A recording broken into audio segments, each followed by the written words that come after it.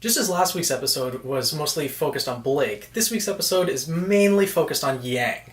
We do see a bit of Team Juniper as Oscar and Ruby are training. They're fighting hand-to-hand combat, and obviously, Oscar being a farmhand, Ruby's significantly better at this point. Oscar switches to Ozpin, and then Ruby's obviously not better.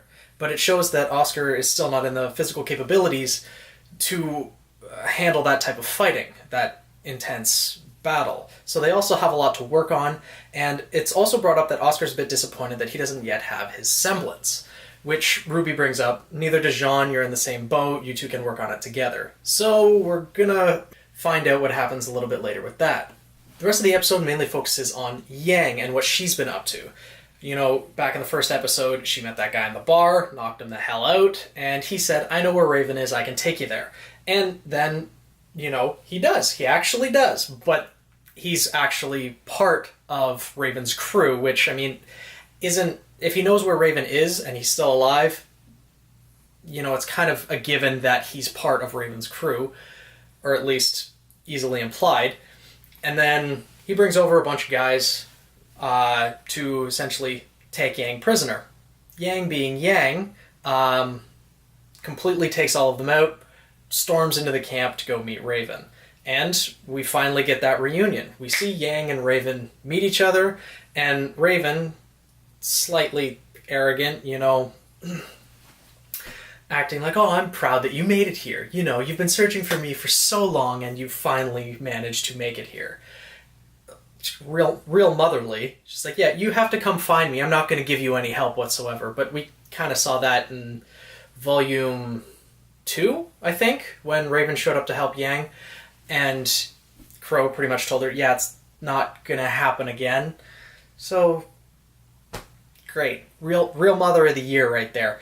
And then, Yang finds Weiss in the camp. They end up teaming up and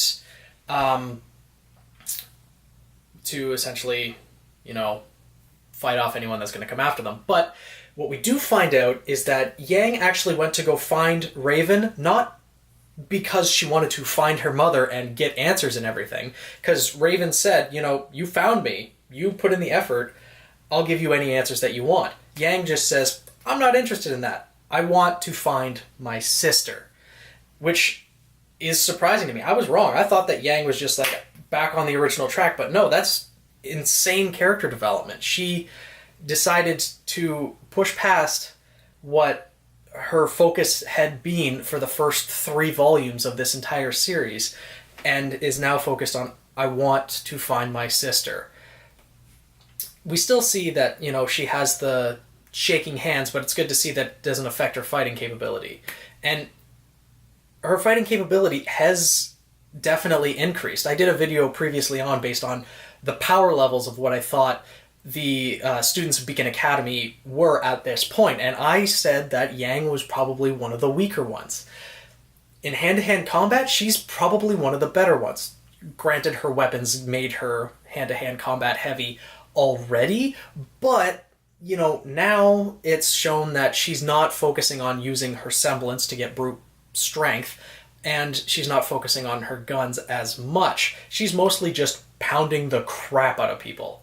And another little interesting thing to note is that her arm actually has her guns built into it. It's not just she's wearing a gauntlet over top of the arm, which I kind of thought was going to be the case, because then she could upgrade it whenever she wants to, but instead of having to upgrade this entire metal arm, which is the highest tech, most expensive piece of equipment that she'd owned, so getting upgrades for that versus her weapon would probably be a little bit more, but we'll deal with that later on. And we also find out another very interesting point of information. We find out Raven's semblance. We knew that she could create portals before, but, if she could just create portals wherever the hell she wanted to, that would be fairly overpowered. But no, her ability is to create portals to people who she shares a bond with. Yang mentions 3 people that she has a bond with. With Yang herself, Raven's also bonded to Tai, obviously, and her brother Crow. Now, my guess is she's bonded to more than those 3 people, because there has to be more than that, because resemblance is only good for making portals to 3 separate people,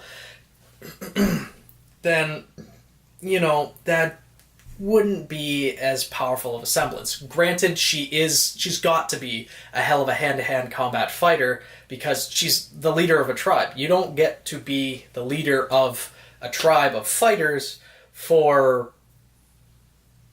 being a marshmallow, essentially. And we also find out a little bit more about Raven's lieutenant. We don't know exactly what her semblance is, but we know it has to do with lightning. Because when Yang and Weiss are about to get up and run, she brings down a lightning bolt in front of them. And the reason we know it was her, because lightning bolt strikes and then the lieutenant comes out and says, the hell do you think you're doing? So my theory on this is that, I know in the opening it shows Raven's lieutenant facing off against Cinder, but I kind of would love to see Raven's lieutenant fight off against Nora, because obviously electricity. If one person's semblance is electricity, the other one's semblance makes her power up because of electricity. It's going to be a one-sided fight, and I'd love to see Nora go Hulk again.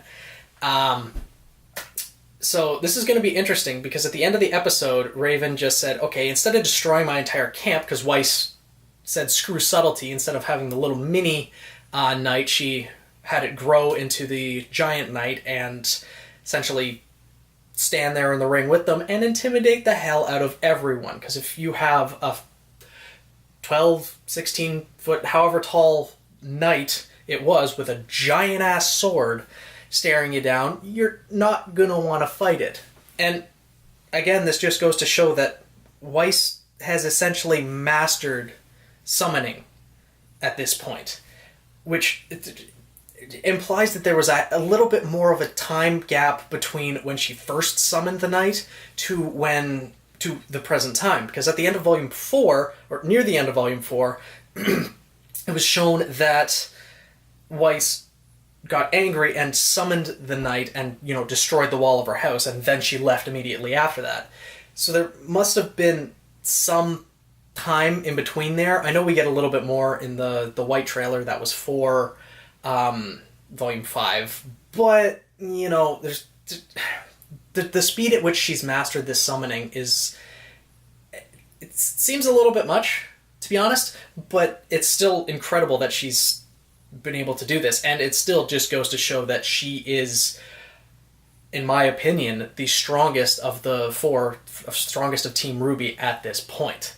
But, we'll see what happens, and since it's following a general trend, how episode 3 was, Weiss and Blake, this one's Yang, I feel like it's going to go back to Blake next episode, because we have Weiss and Yang being reunited. They're going to throw in a little bit of Team Juniper here and there.